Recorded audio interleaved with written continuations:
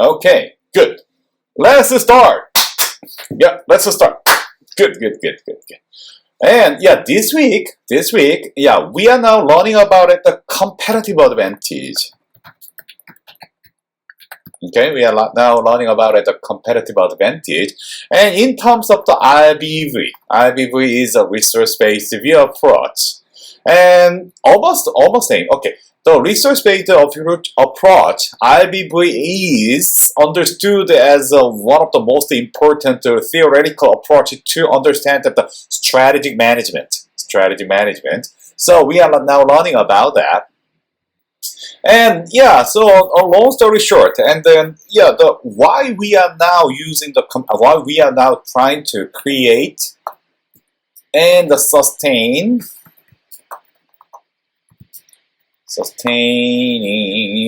the competitive advantage.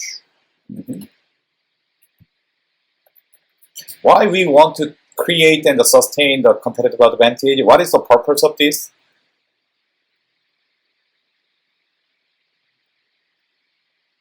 Win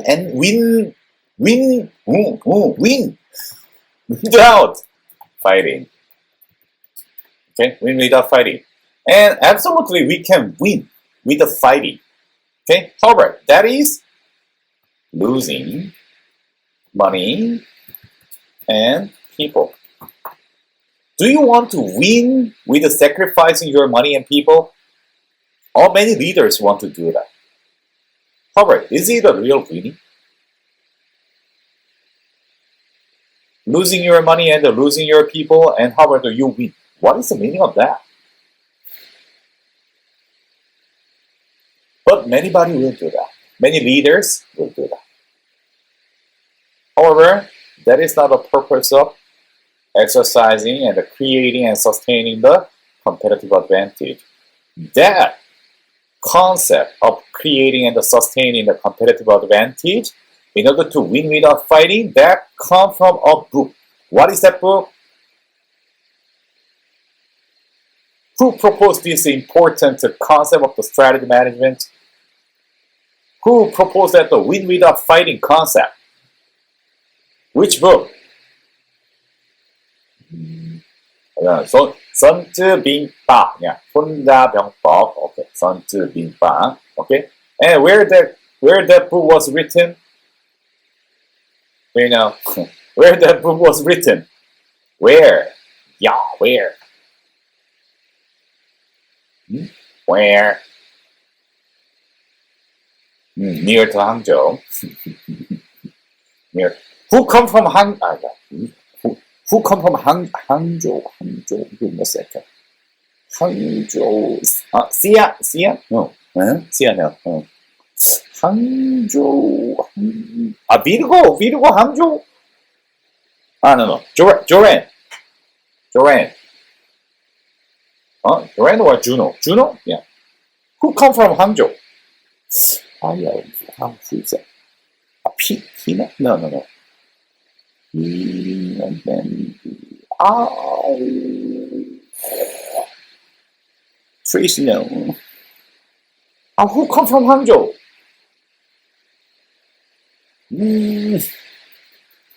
I cannot remember. Ada? No. Ada, no. Angela Pina? Probably. Who come from Hangzhou? Yeah, Hangzhou. Whatever. No. Anyway, so that book was written in the Hangzhou area, okay, from around 2,500 years ago, whatever. And probably, so you are the direct descendant of those book authors and those guys who really wins over the truth. Okay, so by nature, in your blood, you have a blood of the DNA of strategist. Strategist. I guess strategist. Okay, And the strategist, a smart and a good strategist, always looking for a competitive advantage in order to win without fighting. Okay? Win without fighting. Tracy, I company with my grandma now and then speak a person kind of. Yeah, I will kill you. I will torture you. Yeah, torture. Yeah, Tracy. Yeah, whatever. That's fine. Okay, so then that's the purpose of the creating. That's the purpose of the creating the competitive advantage. Good. As a natural born strategist, you must be good at creating and sustaining competitive advantage. And what are those the competitive advantage according to the book of the Art of War? 5 elements, five competitive advantage. Competitive advantage.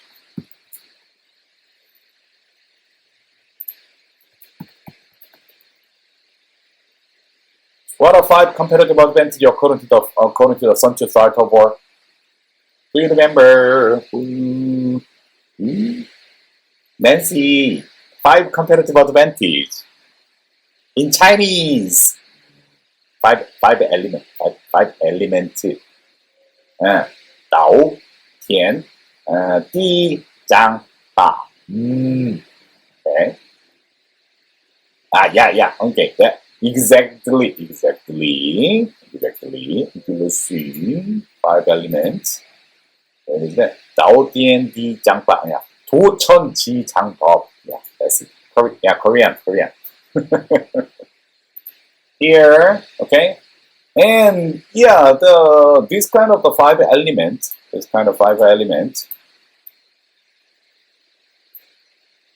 can be understood as competitive advantage. Okay, and however, that is getting more simplified in the Western people, in the Western society, and that's getting more simplified. Okay, so we will see that.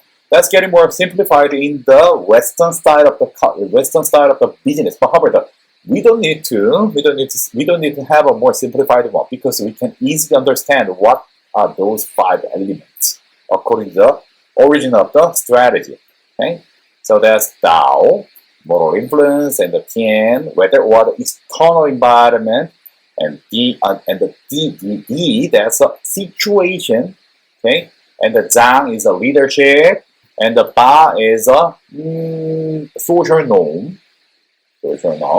So when we have a better 5 elements than our competitors, we can win without fighting. And these 5 elements are conceptualized as competitive advantage.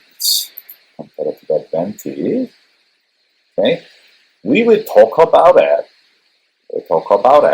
And the essence of the strategy management is nothing but however we must be able to create these 5 elements, 5 competitive advantage, and sustain these 5 competitive advantage. Is it easy? It's easy to understand for us. Isn't it? It's easy to understand because you can read the Chinese. You understand what I'm talking about. However, is it easy to exercise that? Is it easy to have a more higher moral influence and a more higher the better situation and the cultivating a better situation and have a better leaders and have a better doctrine or the principle? No. Knowing is one thing, exercising is another thing. Get it? So we are now talking about that. Anyway, you have a privilege and you have advantage because you can understand that what am I talking about, the 5 competitive advantage.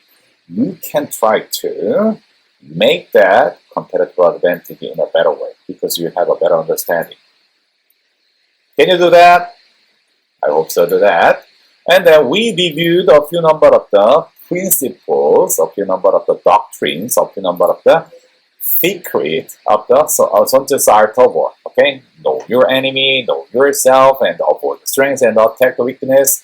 And the speed is better. Okay, And the character-based leadership. Leadership is very important. I know. Okay, and then traditionally, Sun-Tzu's art of war make a lot of influence on the military side and the business strategy. Like this. Okay, we will keep talking, and then we will go to the modern understandings about the competitive advantage and the strategy management based on the research-based view approach, theoretical understanding. Okay, whatever. Sun Tzu's art will make a lot of influence on the military strategy. Okay, throughout the whole history. And then when the art of book was written, that's before 2,500 years ago in Wu, near Changzhou. 2,005 years ago, 2,500 years ago. Okay, so throughout the whole human history, and many military strategists, and they try to apply the concept or the doctrine or the strategy that come from the Sun Tzu's art of war. Okay, absolutely. Since the introduction of the Sun Tzu's art of war, many Chinese military strategy come from that book. Okay, throughout your whole history. Okay, until the Mao Zedong, and still the many Chinese military leaders, and they are using that strategy that come from the Sun Tzu's art of war. Absolutely. And Genghis Khan, yeah, overtook the world territory. How? Do you know what is the essence of the Genghis Khan? Genghis Khan's strategy, how he could took over the almost 2/3 of the whole territory in Earth. What is the secret of the secret of the strategy? What is the key essential strategy of the Genghis Khan? Can you guess?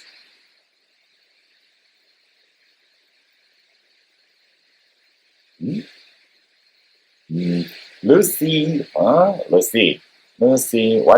is the strategy of the Genghis Khan? Do you know Genghis Khan? Who built up the one nation? Not the one nation. Mongolian, yeah, whatever. Sharon, what is the main or the essential strategy of the Genghis Khan? That is getting more important nowadays. We must keep in mind of that. Genghis Khan's strategy. Who is that? Avon. Oh, what is the Genghis Khan's strategy? You know. Hint. Here.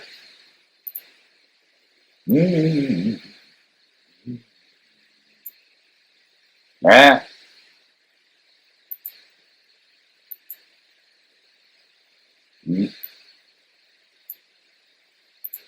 Can you get it? Ada, can you get it? What is the key strategy of the Genghis Khan around many years ago? And he used the speed as the most important strategy to conquer many territory. Speed. Because the Mongolians are good at dealing with the horse. And they can run more than the 300 kilometers a day. Okay, and then before somebody prepares something, okay, and the Genghis Khan and the Mongolians, and they come to the space, they come to the territory, they come to the village, and they swipe out. Speed is matter, okay.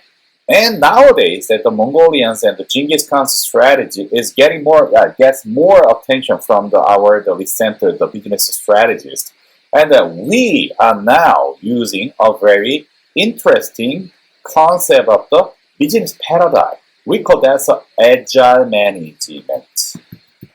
Did I talk that? Did I tell this? Agile management? Yes. Agile management is mainly talking about the speed. Speed is matter. So actually the importance of the speed originated from the art of war. Speed is matter. Agility. Agile management in 21st century. we are now giving more attention to the speed of the execution, agile management, speed. Speed is the essence of the war. And take advantage of the enemy, okay, and strike the enemy as swiftly as a falcon strike the target. And when campaigning will be swift as a wind, and the victory is made object in the war, and if that is long delayed, it's useless. Speed. Use your speed. Agile. Agile management. That's not new. However, that was exercised by the Genghis Khan many years ago, and he made a great success. Now, many of the business entities, many of the business companies, and we are now trying to apply that to agile management, mainly speed. Okay. Absolutely, that comes from the Sun-Tzu War. And the Tokugawa Ieyasu, and then, do you know the Tokugawa Ieyasu, the Japanese somebody, leadership, moral influence, and Napoleon, and speed, and then strike hardly, and avoid the strength, and then attack the weakness. And little heart, whatever. And the Mao Zedong, absolutely. And what is the main strategy of the Mao? Why he took over the China? What is the main strategy of the Mao? No. Probably yes. Probably no. What is the main? What is the main strategy of the Mao? That will come from the art of war.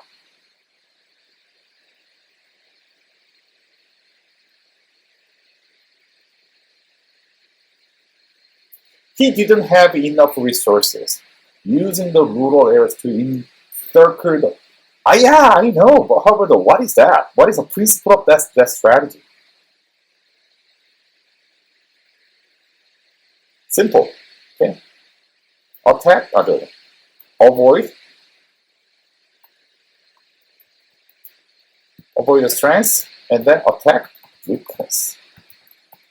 Okay, and then maybe that can be understood as a guerrilla strategy. Understand that we should make a good use of the power. I know how. How to do that? That's a moral influence. But however, in perspective of the strategy applications, and then Mao and his colleagues, and then they were really good at avoid the strengths, and they are really good at attack the weakness. Okay, and that is one of the most successful guerrilla strategy. Absolutely, that comes from the Mao's. That comes from the Sun-Tzu War. And do you know what was the profession of the Mao? What was his job? Mao. He come from I am there. Changsha,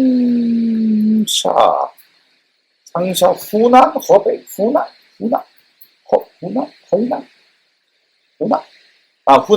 Hunan, Changsha. And what he did there? Why he was good at understanding the Sun-Tzu War? What was his job?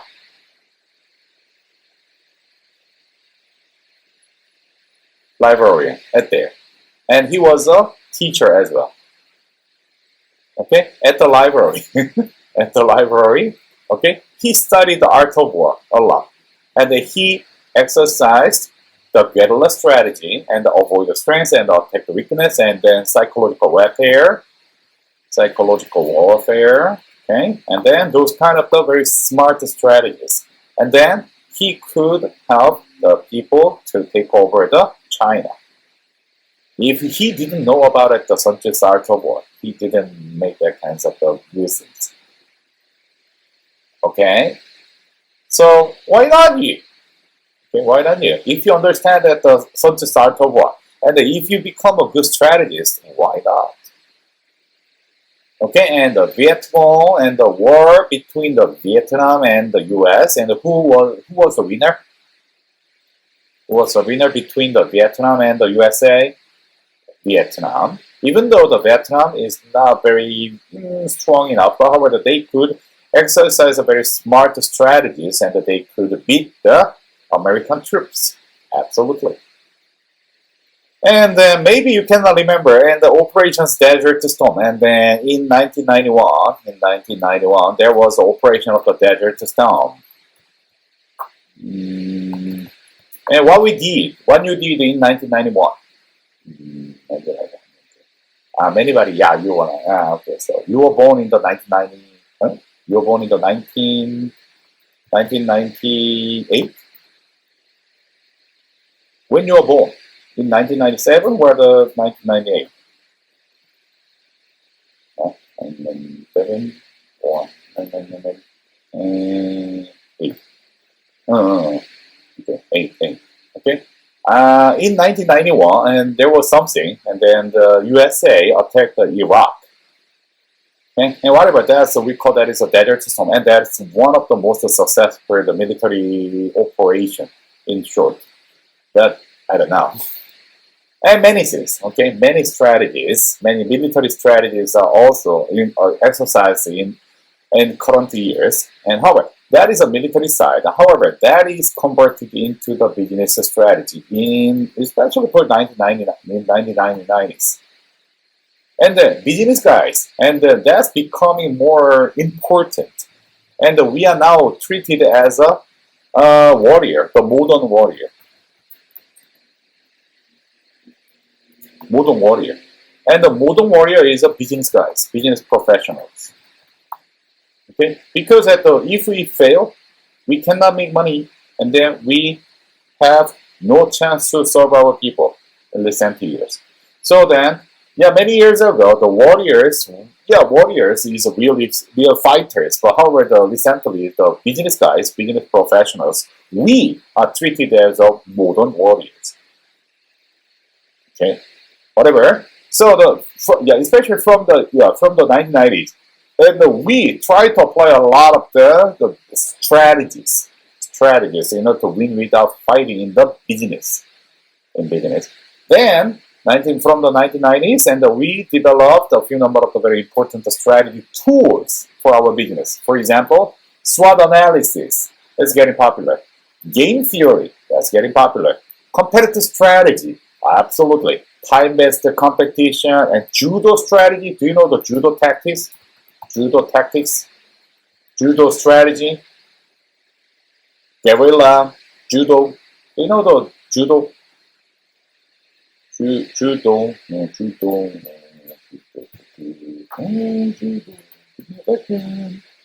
한자. What is judo?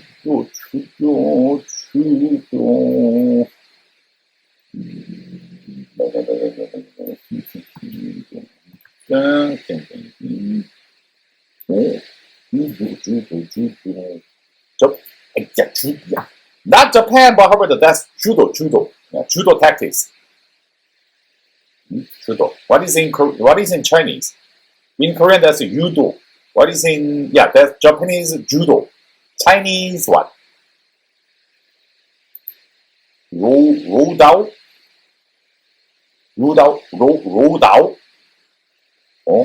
Rodao. Okay. So do you know that?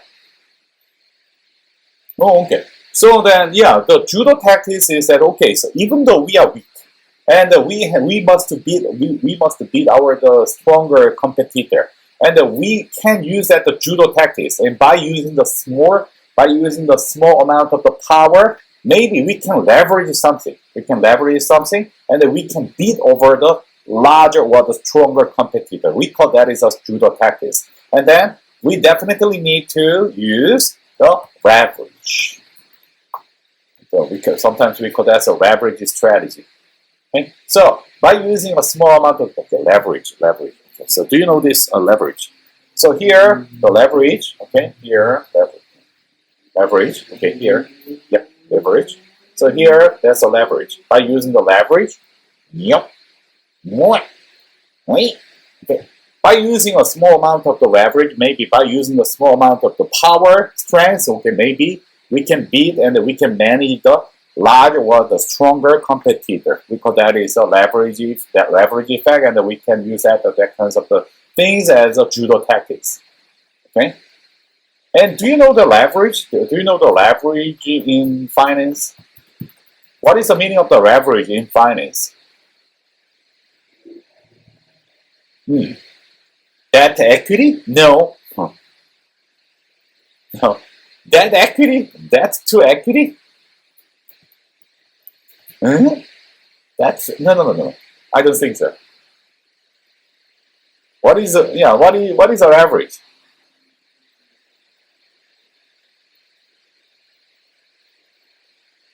That's simply your power of the availability or the ability of the borrowed money from bank. You have idea, and you don't have if you don't have any the cash or something, maybe you must have a good ability to borrow some money from the bank because that's a leverage. Even though you don't have enough money, but you can do some business because that's a leverage. Yeah, that's one of the tactics or the strategy of the judo tactics. Whatever, okay? And then strategy leadership and the maneuver the warfare, especially for the psychological warfare. And do you know that the intellectual property war, IP war, nowadays, IP war, intellectual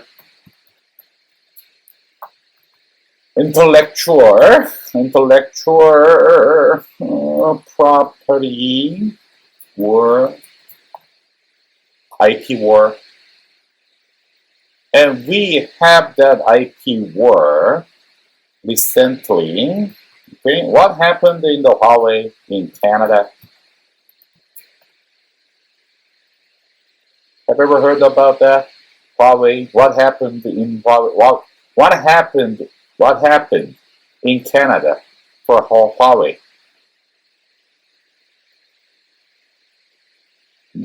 Sharon, do you know that what happened 2 years ago around?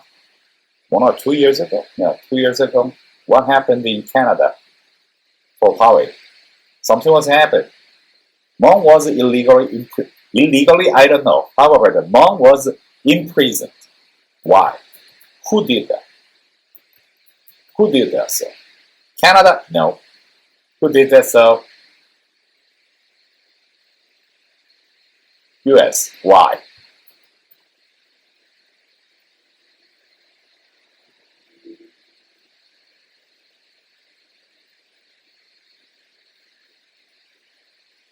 Why? 5G what? 5G what?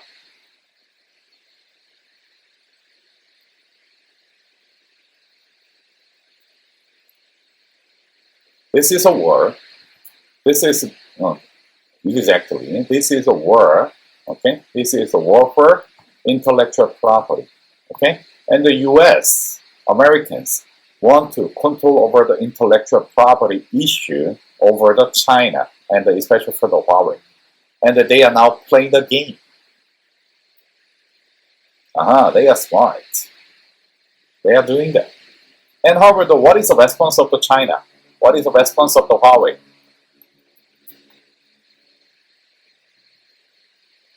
What they did do.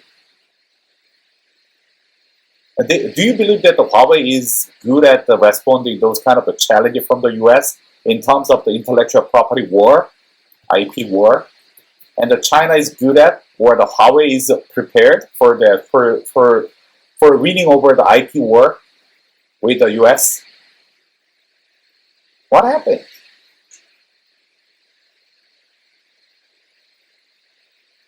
Hmm?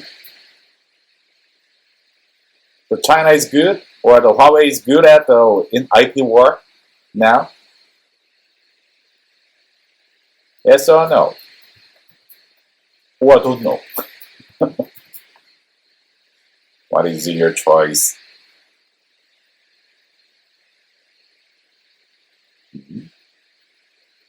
Lucy, don't know. No. Elodie. So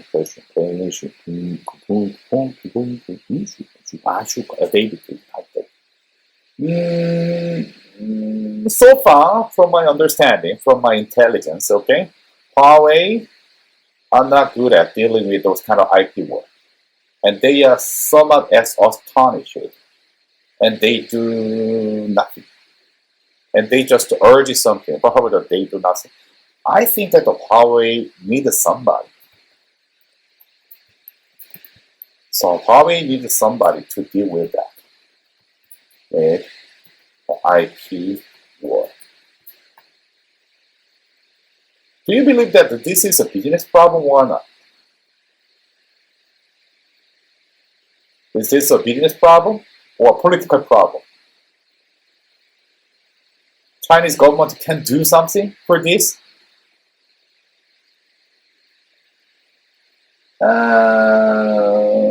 Probably, but however, in my private humble opinion, this is a business problem rather than a political problem. I know there's that well, absolutely that must be the political problem. Probably before doing something in the political power game, okay, we must start with solving a business problem.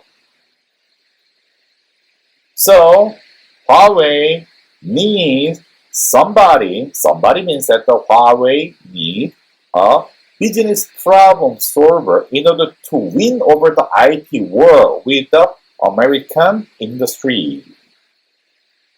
I think so.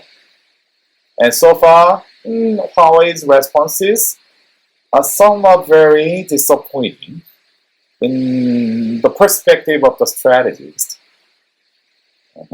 Something is wrong. And Huawei needs somebody. Huawei needs more good business problem solver who can lead the Huawei to the better position in the IP world. And in many industry in China, we are now playing with the IP wars around the world. It's getting more important. But many countries are not prepared. We need somebody. Please. We need more business strategists who can solve those problems. Okay, so nowadays the business problem, the strategy is getting more important in solving business problems. Okay.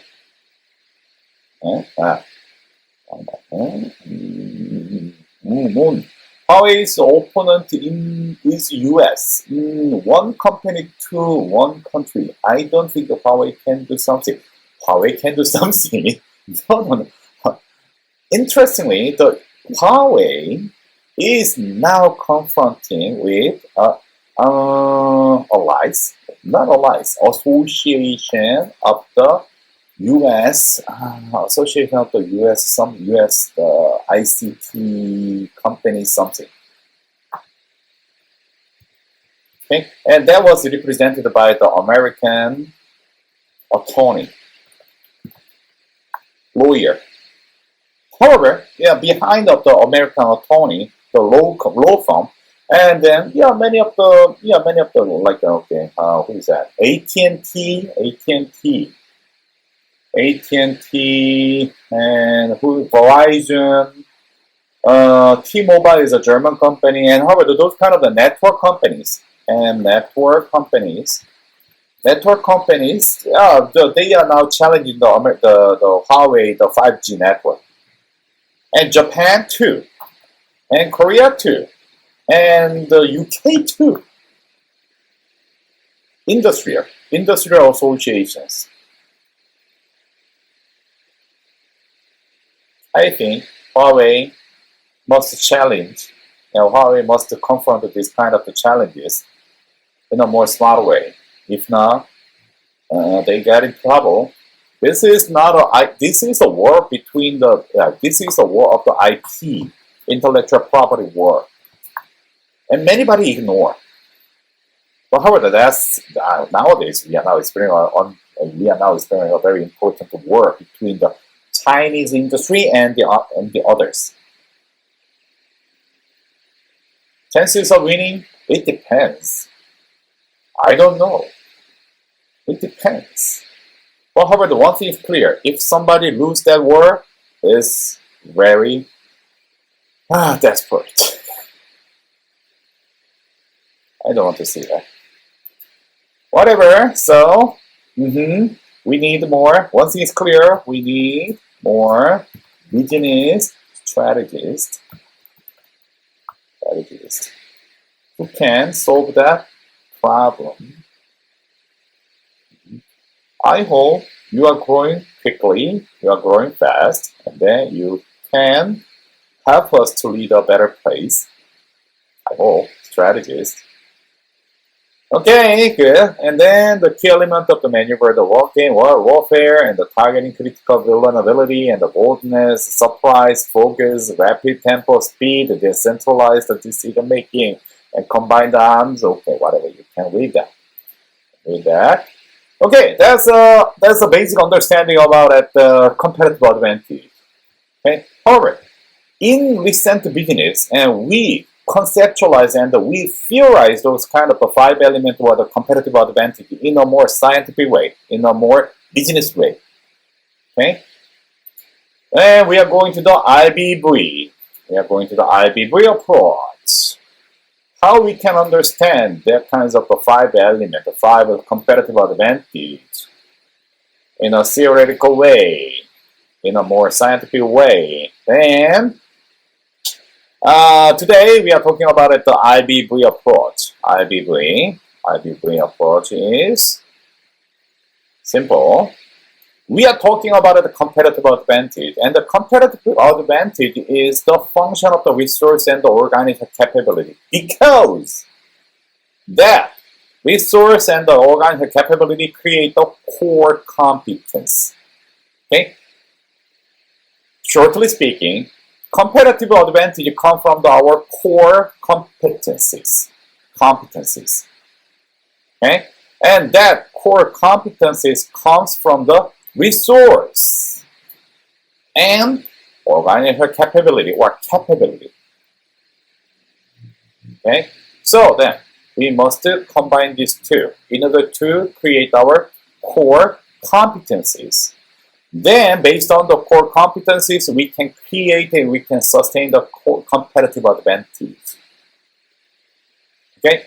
Competitive advantage that leads us to win without fighting. And then that means that we can make a better return on invested capital, better profit in business. Okay? And core competencies is foundation for the sustainable competitive advantage. Okay? Core competencies come from the resource, tangible resource and the intangible resource, and organizational capability like the functional skills, cross-functional skills, or the another organizational skills, social skills, and the personal skills.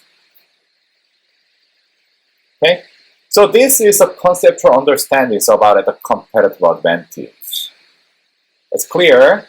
Okay, good. Then I shared an article of the Collis and the Montgomery before yesterday. Okay, and if you have a chance, I strongly suggest you to read that Harvard Business Review article, and that is the best summarization of the modern strategic management in the perspective of the resource-based view.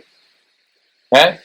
And the Collis and Montgomery, they summarize and they propose that the resource-based view theory, and according to resource-based view, organization or the business entity respond to the external opportunity. The external opportunity, absolutely in every moment, we must be able to identify the external opportunity throughout the external analysis. Okay?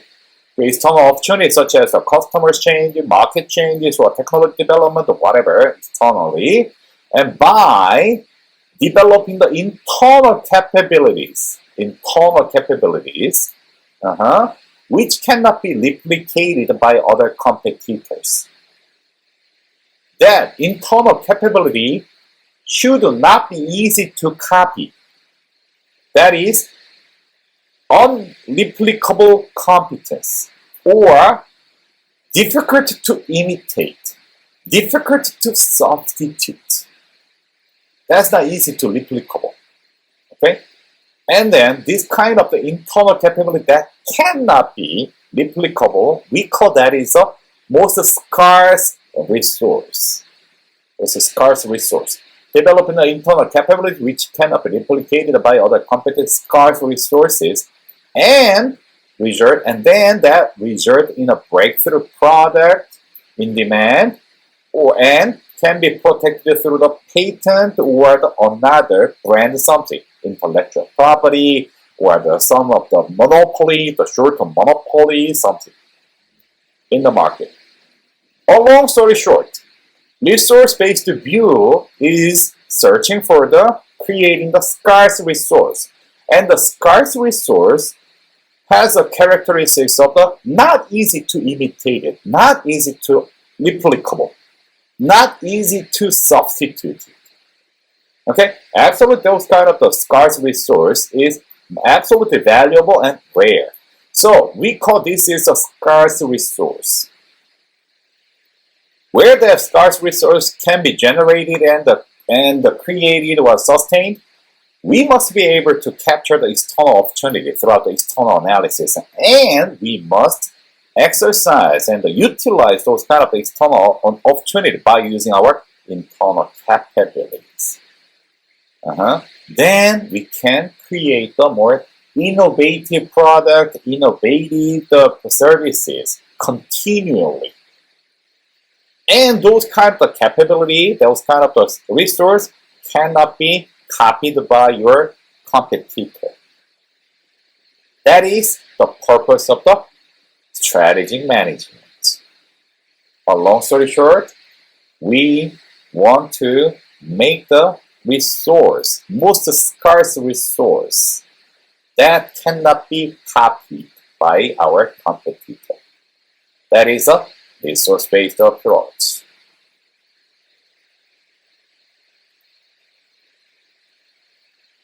Okay, got it?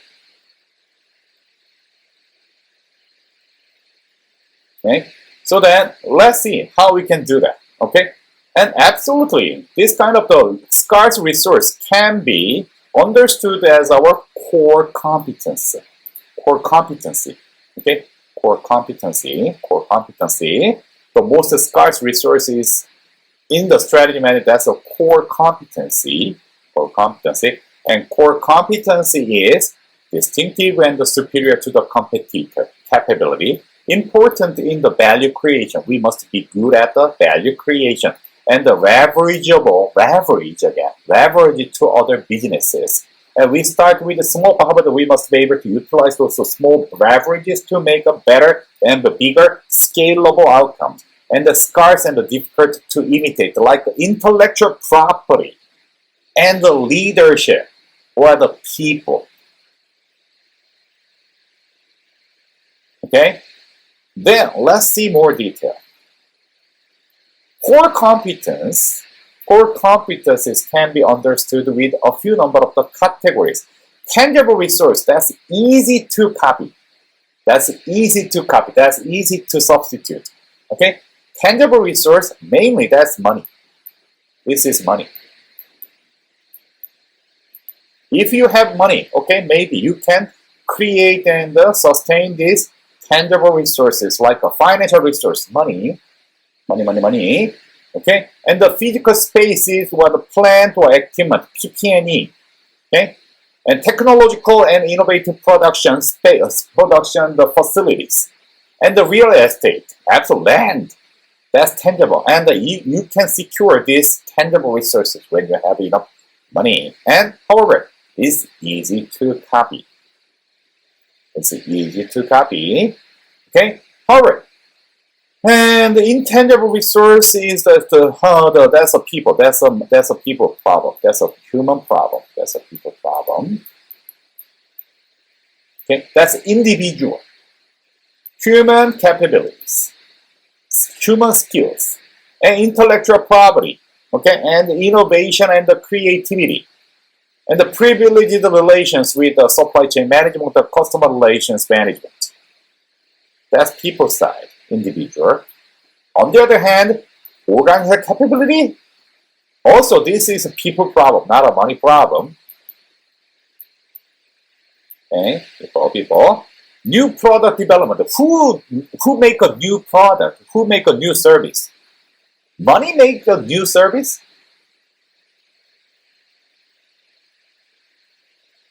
For example, okay, do you know that the Google and the Yahoo?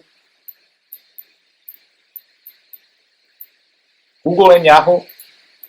Okay, we come back to the 10 years ago. 10 years ago. 10 years ago, okay, maybe you cannot remember. Okay. What happened? And around 10 years ago, Google was a new company, and small and small. Google was a small and new company. Okay, and the Yahoo was the largest ICT company. A second.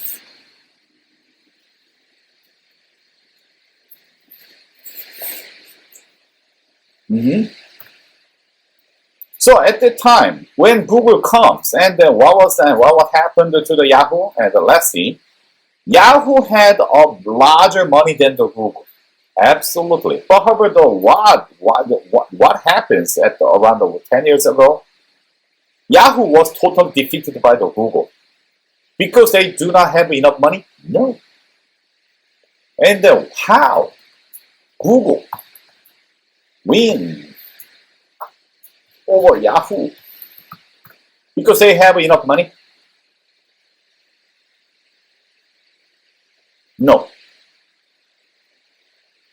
There is a big difference in people. Yahoo has a hierarchy. Yahoo has a very strong hierarchy. Because that's old and that's very stereotypical with the businesses. And however, the Google don't have the hierarchy. No hierarchy. And then they are ready to apply a lot of very innovative managerial practices in order to encourage people to work by themselves. Google free lunch. Do you like a free lunch? And high salary, absolutely. But however, the more important thing is that, okay, Google let people have a chance to work for their own project, personal project, like a 20% of rule. And out of the 5 working days, okay, and you can use 1 day for your own business. I do not touch, and the managers do not touch. And you can use 1 day for your own project. No one touched that.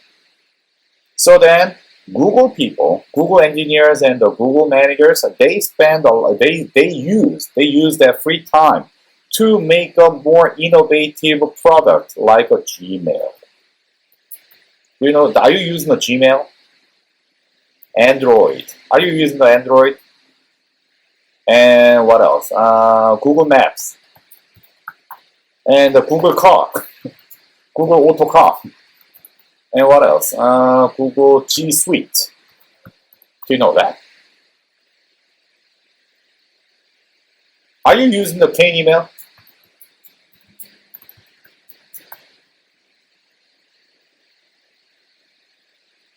Then you are now using Google G Suite.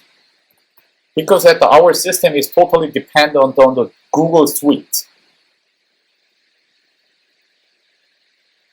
Why Google can make those kind of the most innovative products?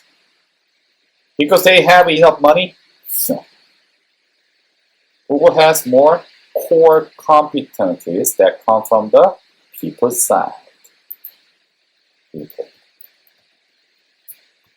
So, in my perspective, core competencies or the unreplicable competitive advantage come from the people. People make the main source of the core competencies, and then make a core competitive advantage. So people is the source of the core competitive advantage.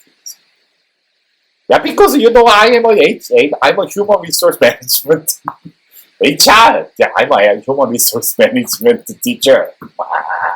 And I'm a that's the reason why I'm interested in people. Money can be easily managed. Money can be easily replicable. Money, yeah, we can do something. But how about the managing people and the developing people? And that's a totally different story. And anybody think, okay, so IP, intellectual property,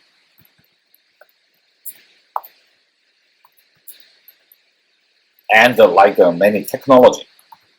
Many people think that the technology or the intellectual property is made by the money, okay, made by something, and that somebody can manage something. No! Intellectual property management or the technology management is managing people.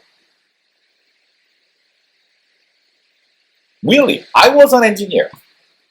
I developed a few number of the key component, the key patent, and I made a few number of technology. Okay, and people or the company or the society, they must manage the engineers or the scientists or the technicians who can do something with that kinds of intellectual property or the technology in a better way. So technically speaking and practically speaking, technology management or intellectual property management is dealing with people, is managing people. Document? So anybody think about it, okay, patent is the document. No. If you go to the internet, if you go to the somewhere, and then maybe you can download tons of thousand technology with it free. Almost all the patent is documented. You can find a lot of tons of thousand documents, patents all around the world. Anybody know that? However, only a few number of the companies, a few number of the people can exercise and realize those ideas. Only those guys, only a few number of the businesses who have a few number of the key persons can release innovative product and services. It's a problem of the execution. Execution and managing people. So, in the perspective of the resource-based view, people is the most scarce resource that cannot be replicable, that cannot be substituted. That's most important, that's most scarce resource that differentiate one company from another competitors. Intangible resource, people, is the key source of the competitive advantage.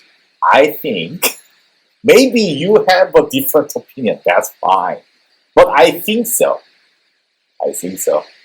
I am trying to share my idea. Okay? I don't want to persuade. I cannot persuade. But however, I am sharing my idea. That is my understanding.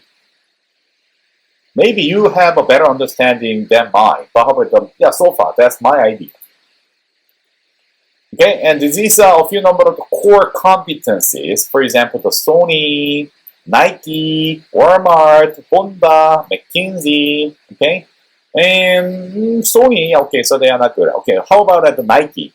And okay, between the Nike and versus not Under Armour, Nike and what is that? Asics.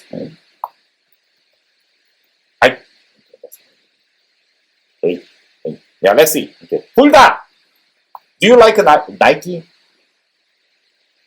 Hulda. So. Yeah. And what is your most favorite sports brand nowadays? Under Armour? Sports brand? Under Armour, Nike, what else? What is most favorite? Adidas? No poster fan. Choose one. Yeah, choose one. Yeah, please choose one. Choose one. I go. Yay! Nike, thank you. Nike. Why we like? Oh, okay. Oh, New Balance. How about the New Balance? Hold on, New Balance. That's my most favorite one. New Balance. No? I. Yeah. New Balance. New Balance. My favorite. I. How can I make you happy? How can I make? Yeah. New Balance. Hey. Whatever. And however, do you know? Do you know that? Okay. Do you know that the where that Nike or the New Balance manufacturer or making their shoes? Where? Nike, New Balance, or the Asics, Adidas, and many of the companies are now producing a lot of shoes, and where they build it, where they manufacture, and where they got those kind of the newly developed the product from where?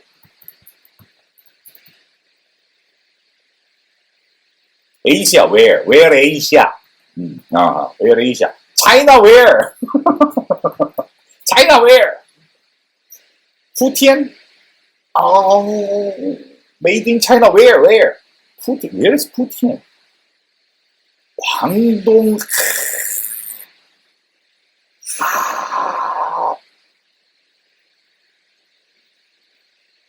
Fujian. Oh, get closer, get closer.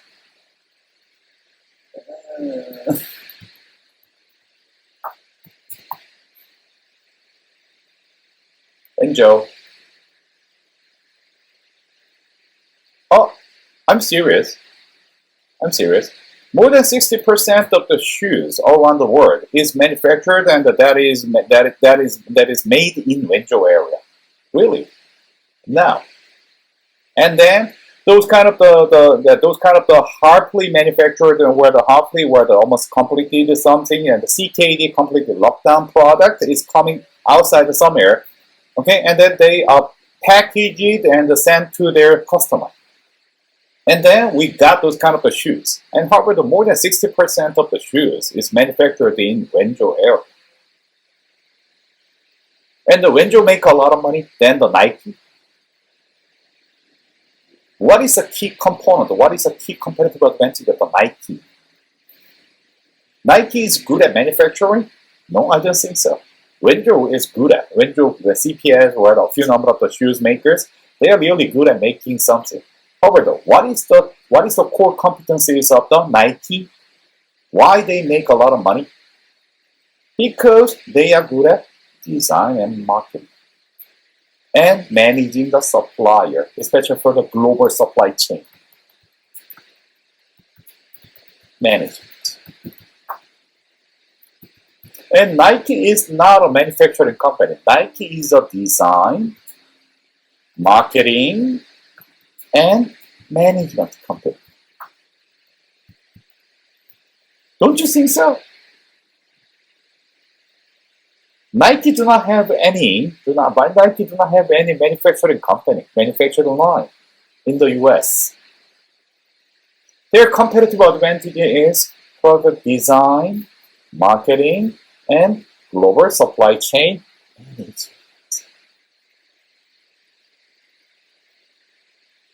Does that come from their money? Or does that come from their people? I think that comes from people. And even though you are good at the managing the supply chain or something, maybe you cannot good at design and marketing and realizing and advertisement. It's a different story. And how about the McKinsey? McKinsey is a management consulting company. And what makes the McKinsey different from another consulting companies? They are really good at They are really good at developing management talent. And many of the McKinsey alums, many of the McKinsey consultants became a business talent, business leaders. And the McKinsey is really good at developing the business or the business pipeline. That's distinctive. That's the reason why a lot of the MBAs or a lot of the best college or the MBA graduate want to go to the McKinsey. Really. So that's their core competitive advantage as a business consulting firm.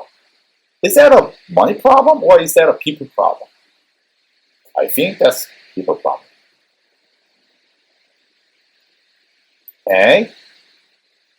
And there is a Kaplan's balance scorecard and the 5 core competitive advantages. However, one of the most important things is the learning and growth of the people.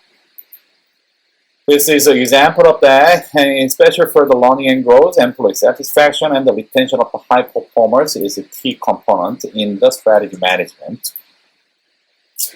And then maybe I'd better to stop here, and then maybe we'd better to start about what is knowing and how we can be a better core competencies as a business talent. Okay, good. Good. Good. Good. Good. And this is the introduction of the resource-based view. Okay, in order to understand the importance of the core competencies. And then core competencies is a foundation of creating and sustaining the competitive advantage. And if we can create and sustain the competitive advantage, we can win without fighting. That is the core concept of the strategy management. Okay, so far, any question?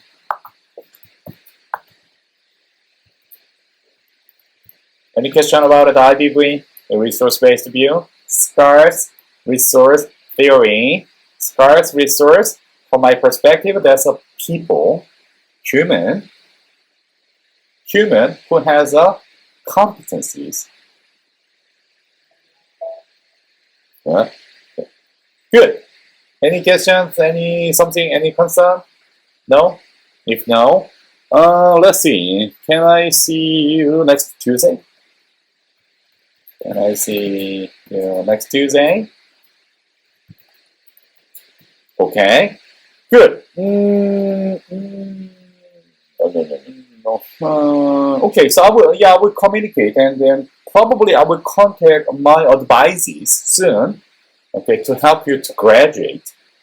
If you are not graduating, I will torture you. Okay, I want to make you graduate in the summer. If not, I will torture you. I will see you. I will contact you, and I will see you. Bye. Where are you? Second.